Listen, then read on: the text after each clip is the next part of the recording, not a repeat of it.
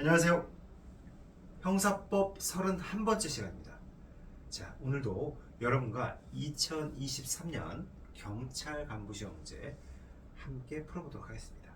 이 경찰 간부 시험 문제 중에 오늘은 형법, 그 중에서도 인과관계론에 대한 부분 풀어보도록 하겠습니다. 인과관계에 관한 학설 문제들이 좀 나오고 있어요. 학설 부분은 상당히 어렵고 정리를 안 해두면 시험장에서 대처하기 매우 어렵습니다.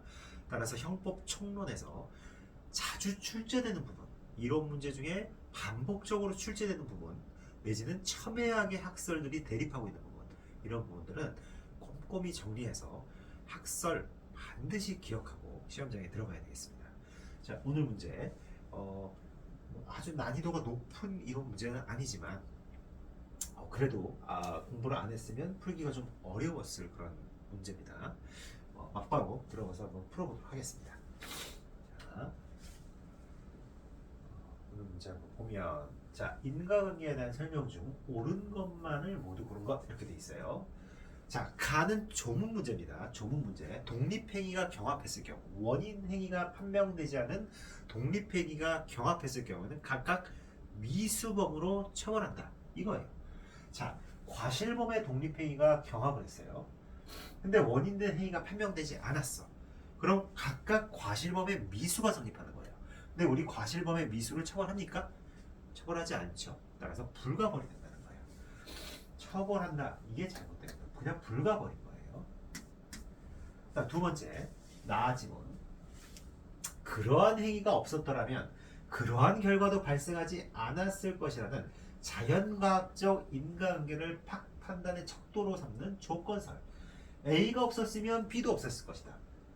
근데 이렇게 따지기 시작하면 A가 없었으면 B가 없었을 것이고, B가 없었으면 C가 없었을 것이고, C가 없었으면 D가 없었을 것이고, 너무 인과관계 머리가 넓어져요. 세상에 인과관계 없는 게 없는 거예요. 모든 건 다 인과관계로 연결되는 거예요.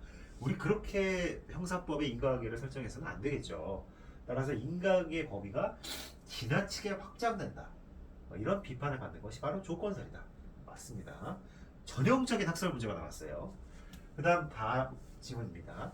어느 행위로부터 어느 결과가 발생하는 것이 경험칙상 상당하다고 판단될 때, 상당 인과관계설이죠. 상당하다.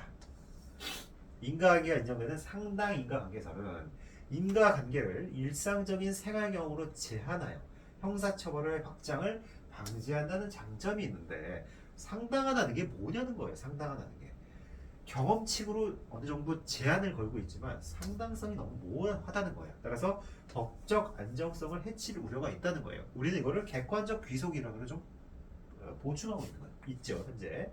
따라서 이것도 맞습니다. 그 다음 라번이에요. 갑에 의한 선행 교통사고와 을에 의한 후행 교통사고로 A가 사망했는데, 사망의 원인된 행위가 판명되지 않은 경우, 밝혀지지 않은 경우, 을의 과실과 A의 사망 간의 인과관계가 인정되기 위해서는 을이 주의 의무를 게을리하지 않았다면 A가 사망하지 않았을 것이라는 사실이 증명돼야 하고, 그렇죠? 이거 맞는 얘기예요. 그 운명 책임은 을에게 있다? 아니죠. 검사한테 있는 거죠. 검사가 입증을 해야 되는 거예요. 이런 것들은. 을이 원인 제공자다. 을의 과실로 죽었다. 그렇게 만약에 우리가 인과관계를 인정하고 을을 처벌하기 위해서는 그 증명 책임은 을이 아니라 검사한테 있다는 거예요. 그래서 이것도 틀렸다. 그럼 맞는 것보다 이은, 다 이렇게 되는 거죠. 이겁니다. 그래서 쭉 넘어가면, 자, 19절 문제고, 그 다음 조건설과 관련된 부분이고, 상당 인과관계설과 관련된 판례 입장이고, 이건 누구다? 검사한테 있다. 이렇게 되는 거죠. 아시겠습니까? 경찰 간부 선발시험 의외로 순경시험보다 좀 만만하네요. 오히려 헌법 총론 초반부는, 그죠? 네, 이렇게 경찰 간부라고 해서 꼭 무조건 어렵다 이런 생각을 버리세요. 아시겠어요? 하지만 이렇게 이론 문제, 순경시험이든 경찰 간부 시험이든 계속 나오고 있다는 거. 특히 헌법 총론 파트, 이론 게을리하시면 안 됩니다. 아시겠죠? 네, 오늘 여기까지 하도록 하겠습니다. 감사합니다.